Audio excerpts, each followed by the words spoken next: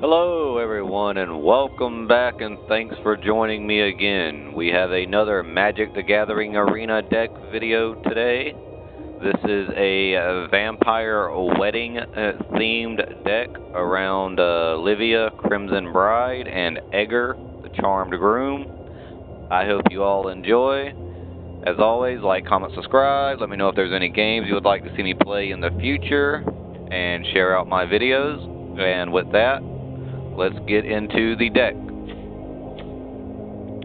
First off, we have Voldarin Epicure, a 1 red for 1/1. When he enters the battlefield, you get to deal 1 damage to each opponent, and you get to create a blood token.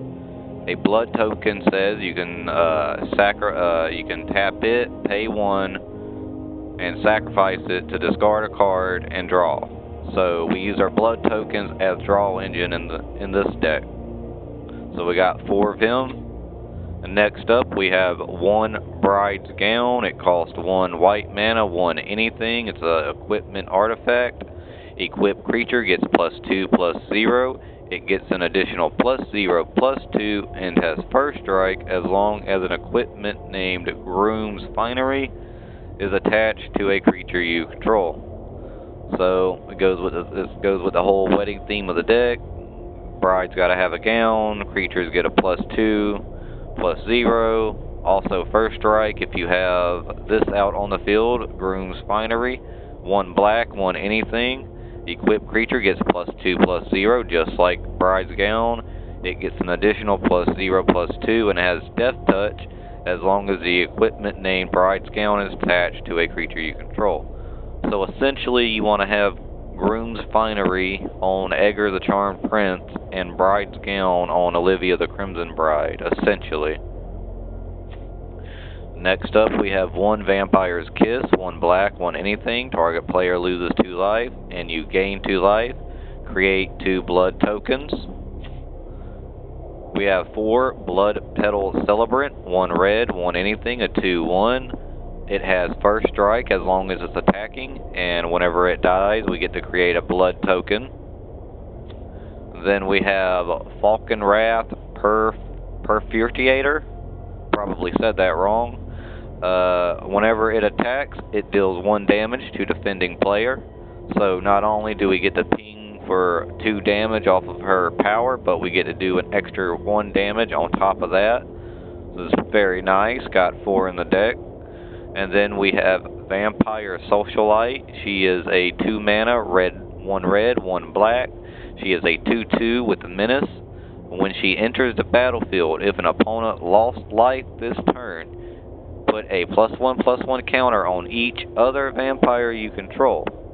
As long as your opponent lost life this turn, each other vampire you control enters the battlefield with an additional +1/+1 counter on it. So, basically, you want to drop her on the battlefield after your opponent lost life, whether it's 1 damage or whatever. As long as they lost life that turn, you can play her, pump up all your current vampires, and then any other vampires that enter the battlefield. So we have 4 of her in the deck. We have 1 Wedding Invitation. It is a 2 colorless mana. When it enters the battlefield, we get to draw a card, and we can tap it, sacrifice Wedding Invitation to make target creature can't be blocked this turn, and if it's a vampire, it gains lifelink. So it pretty much gives us a way to prevent one of our opponent's monsters, or, you know, can't block. Direct attack that way. And we have 1 Wedding Announcement. It is a 1 white mana to anything. It's an enchantment. At the beginning of your end step, put an invitation counter on Wedding Announcement. If you have attacked with 2 or more creatures this turn, draw a card. Otherwise, create a 1/1 white human creature token. Then if Wedding Announcement has 3 or more invitation counters on it, transform it. When it transforms, the creatures you control get +1/+1. Well, it's a very, very good early card. It not only gets to create us 1/1 creature tokens, but it can also help us draw out cards too if we need it. So it's very nice, and we have one in the deck. Next up, we have Falconwrath Forebearer. She is a 1 black, 2 anything, 3/1 with flying. She cannot block. Whenever she deals combat damage to a player, you get to create a blood token. You can tap 1 black to sacrifice 2 blood tokens, and you can return her from your graveyard to the battlefield. So it's very nice. It's 3/1 for 3. It's got flying and a way to bring it back from the graveyard if we need to. So we got one of her. Next up, we have the best man, Sauron, Imperious Bloodlord. It's our only planeswalker in the deck. +1, target creature you control gains Death Touch and Lifelink until end of turn. If it's a vampire, put a +1/+1 counter on it. Or we can do a +1 to its loyalty counter to sacrifice a vampire. So we can deal 3 damage to any target and we gain 3 life.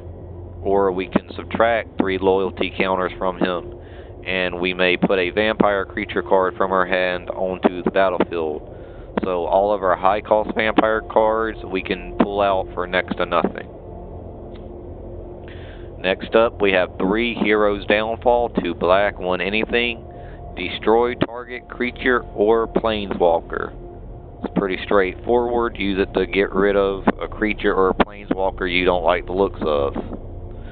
Next up, we have Belligerent Guest, a 1 red, 2 anything, 3/2 with trample.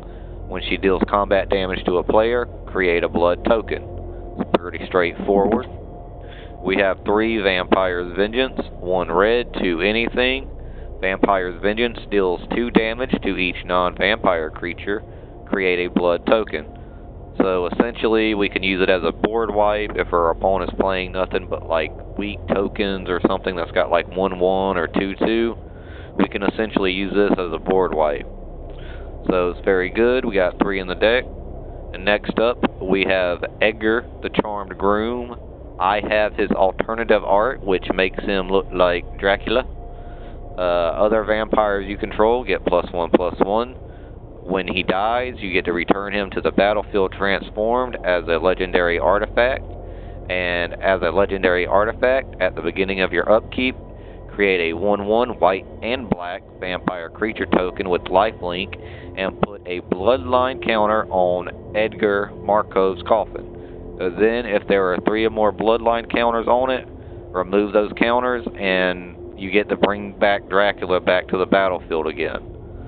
So, pretty neat. Dracula, gotta have him in the deck. He is the groom after all. And next up, we have Anja, Maid of Dishonor. 1 red, 1 black, 2 anything, a 4/5. And whenever her or 1 or more other vampires enters the battlefield under your control, you get to create a blood token. So she helps us generate tokens by just turning out creatures. The ability will only trigger once. We could pay 2 mana to sacrifice another creature or a blood token, so each opponent loses 2 life and we gain 2 life. So it's a very, very good synergy with the whole deck. We have 1 in the deck. Next up, we have Evelyn the Covetous. Now, don't be fooled by that blue mana up there. That just means you can either use blue mana or black mana to cast it. She costs 5 mana. She's a 2/5 with flash, which means you can play her on your opponent's turn if you have the open mana. Whenever she or another vampire enters the battlefield under your control, you get to exile the top card of each player's library with a collection counter on it. Once each turn, you may play a card from exile with a collection counter on it, if it was exiled by an ability you controlled, and you may spend mana as though it was mana of any color to cast it. So basically, we stealing our opponent's stuff to play it. So it's pretty interesting.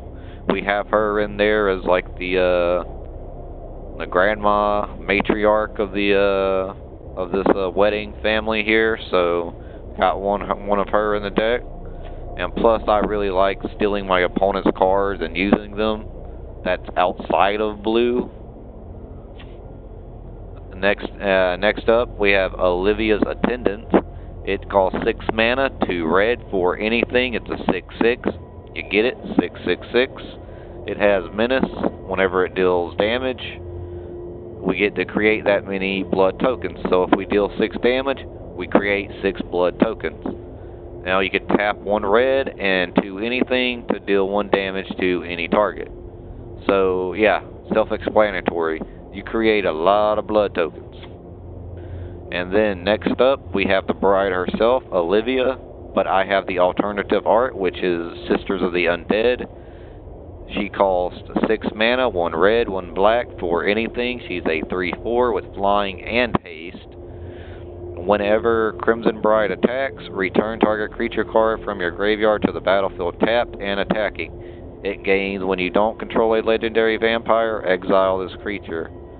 So again, self-explanatory. She attacks, we get to bring back a creature from our graveyard attacking. I mean, you're not going to get any better than that. And then last, we have our lands. We got 5 plains, 5 swamp, 5 mountain. We have 1 white and black godless shrine, 2 scored barrens, a temple of silence. We have our red and black dual cards, Bloodfell Cave, Haunted Ridge, Temple of Malice, and Voidoran Estate, which has a interesting last ability where you can tap 5 and it to create a blood token. This ability costs 1 less to cast for each vampire you control. So if you control 4 vampires, all you gotta do is tap it and 1 mana to create a blood token. So again, it acts as a land, it helps us create more blood tokens, so forth and so forth. That's the deck. This is a pretty straightforward, simple themed deck.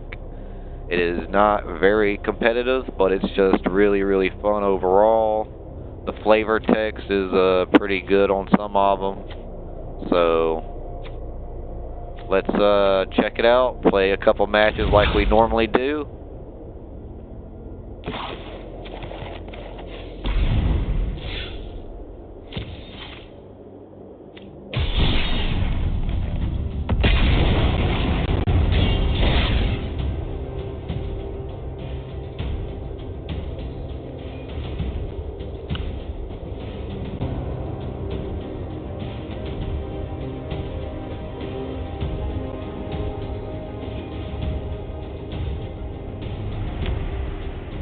Hopefully we don't get a try-hard off the bat.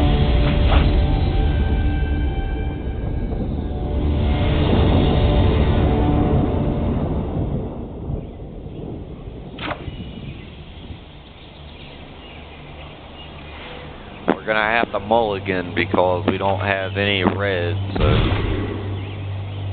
that's a little bit better.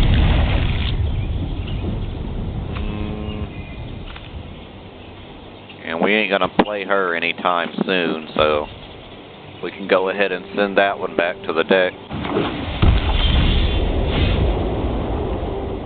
So we could, yeah, we'll go with a turn 1.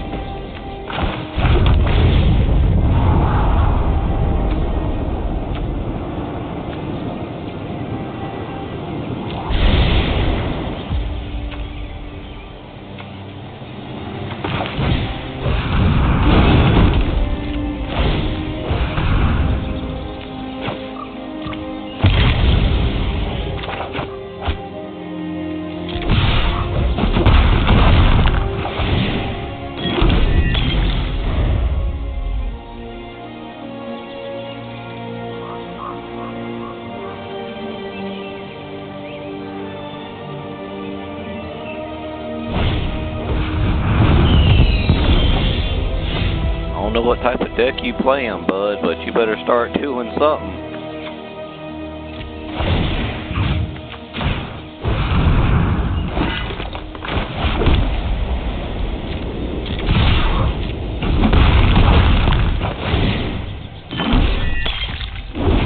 You're making this too easy for me.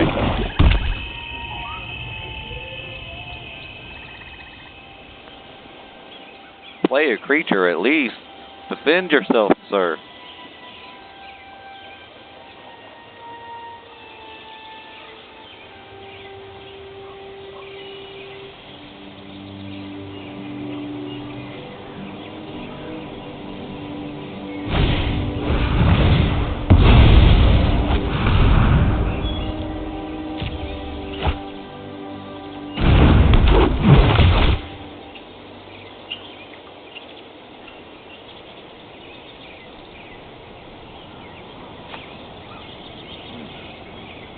Legless.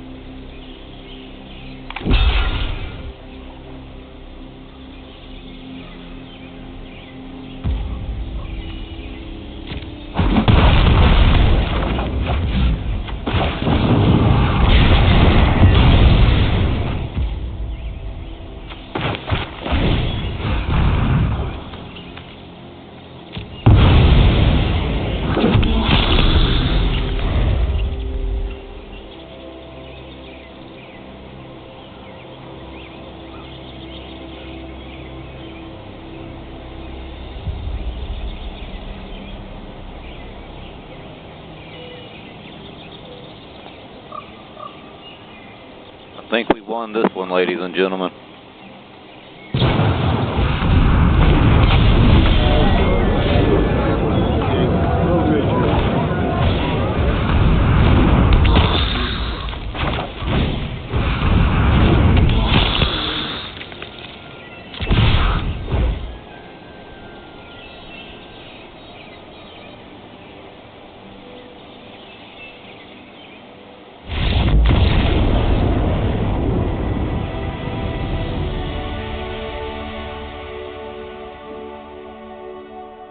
Let's see if we can get another one.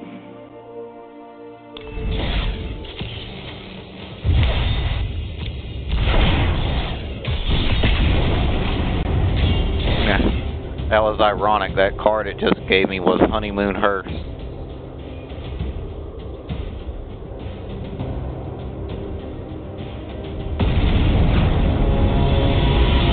I thought about putting that in this deck too instead of the Evelyn lady, but again, you can use these decks, make them however you want. There's probably a lot of side options I could put, but then this video would probably go on for like 40-50 minutes, and we're trying to keep runtime down to a minimum.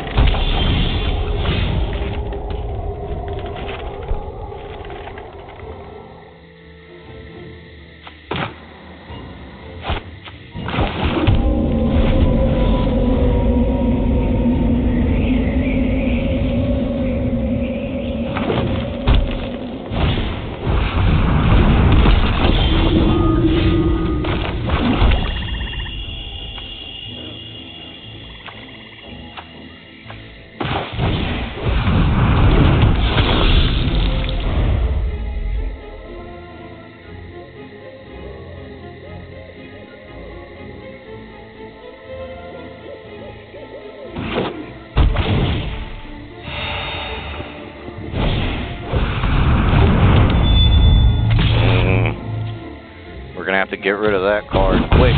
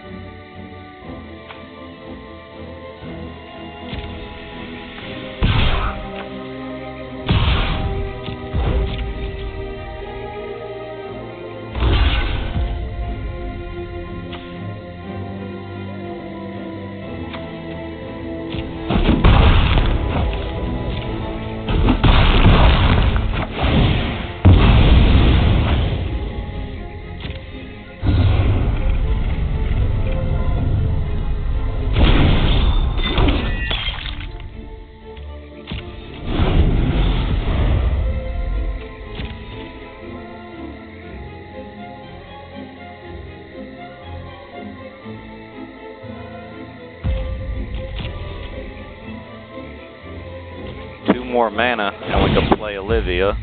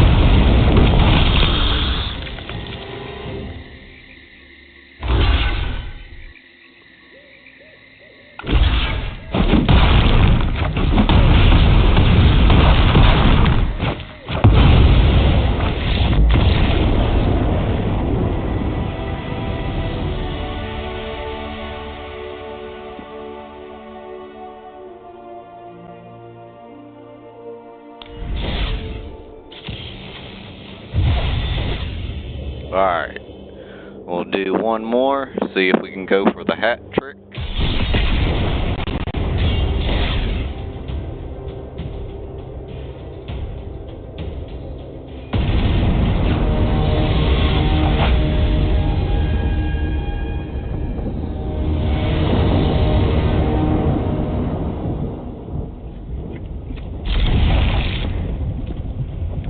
good hand.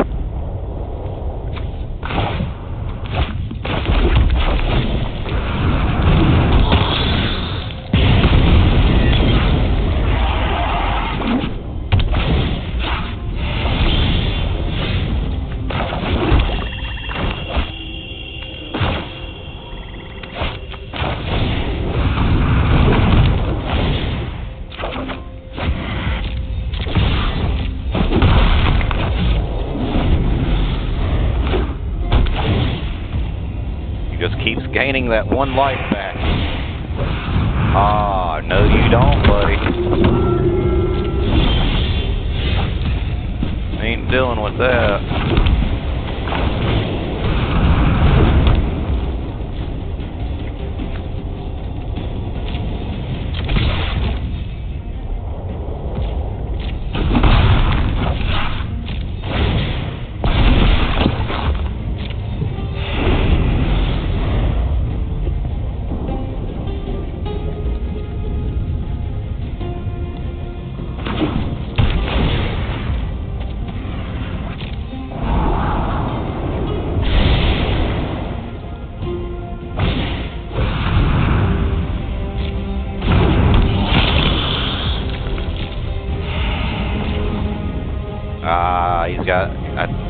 He might have the infinite combo in his deck, I don't know.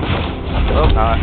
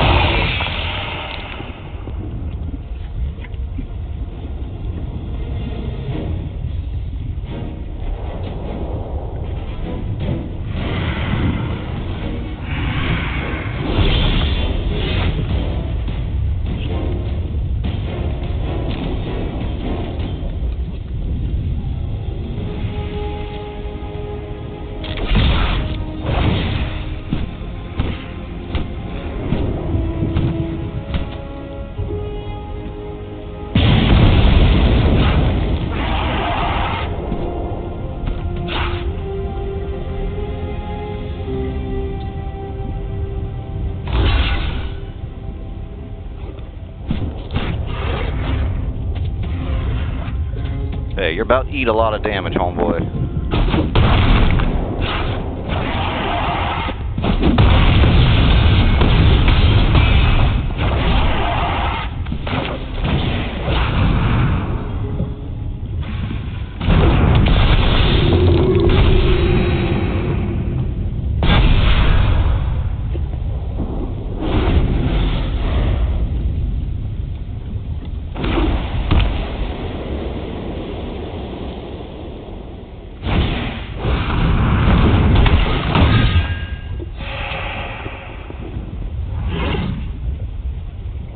next turn should be game.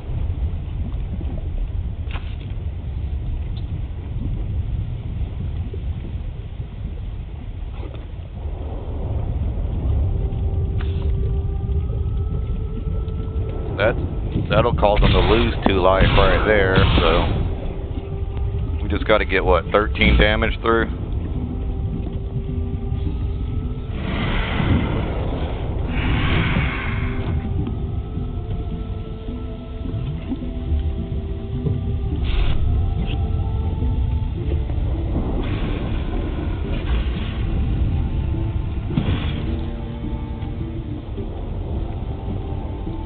Thinking about it. I'm gonna let you attack, man. You're good. I'm about to kill you next turn.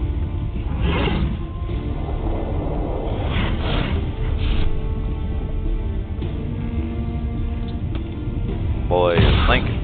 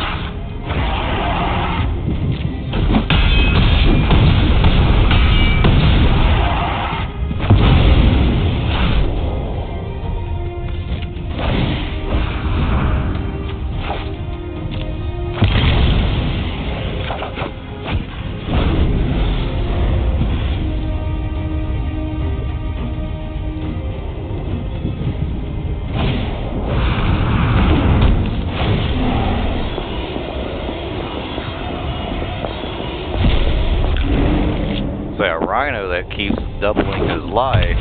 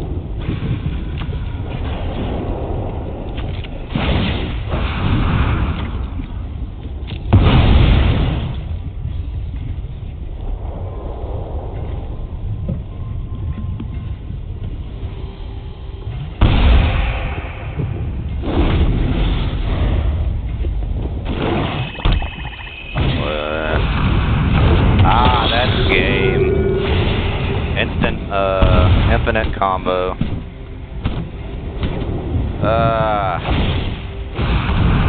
Yep, that's game.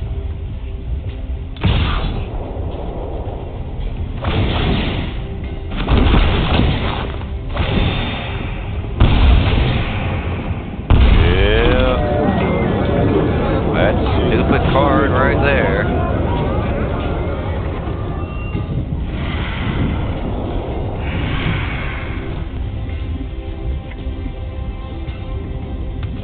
That's game, dude.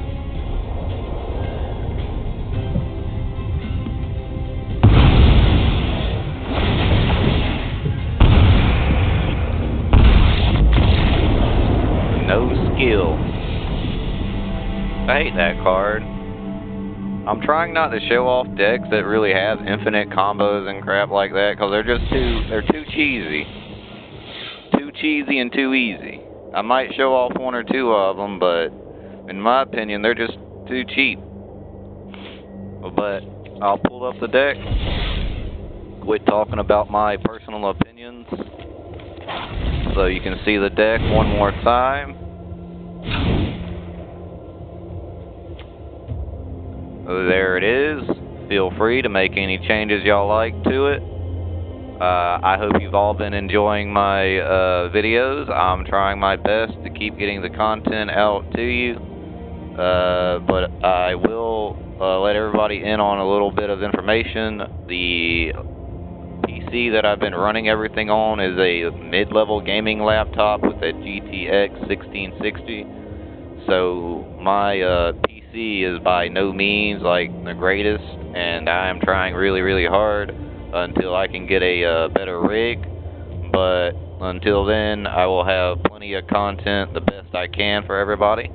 I hope you've all enjoyed this video, and with that said, I will catch everybody in the next one.